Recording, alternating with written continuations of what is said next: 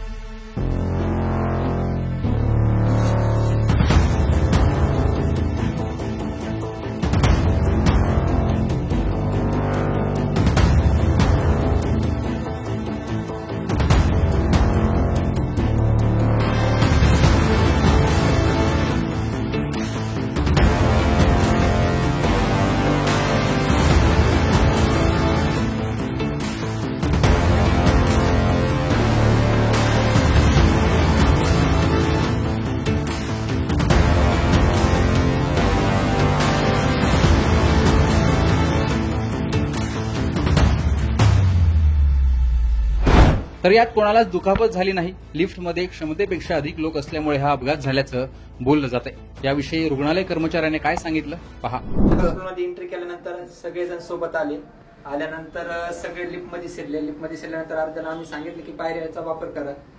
तर असं बरी लिफ्ट मोठी बेड लिफ्ट असल्यामुळे सगळेजण लिफ्टमध्ये शिरले की लिफ्ट त्याच्या म्हणजे फ्लोर ज्या फ्लोरला शिरले त्याच्या खालचा फ्लोर जो असतो त्या फ्लोरला जाऊन लिफ्ट थांबले.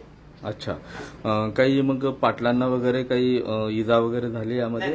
इजा वगैरे कोणालाच काय झालं नाही. मी स्वतःमध्ये होतो. इजा वगैरे कोणाला काही झालं. किती लोकांची कॅपॅसिटी आहे आणि किती लोक होते आतमध्ये? लिफ्टची साधारणतः लिफ्ट कशासाठी वापरली? पेशंट लिफ्ट आहे. अच्छा, अशी माहिती येते की पाटलांना तुम्ही तार वगैरे तोडून मोडून बाहेर काढलाय, असं काही आहे? नाही. लिफ्ट स्पार्किंग आला नसता, दरवाजा निघला आणि दरवाजा निघला की बाहेर निघतो. आम्ही मध्येच होतो. किती लोक साधारणतः तुम्ही पाटलांसोबत होते आतमध्ये? आणि आम्ही तरी 7-10 लोक आतमध्ये होतो. 10 लोक असते. कॅपॅसिटीमुळे झालं. कशामुळे लिफ्ट खाली आली?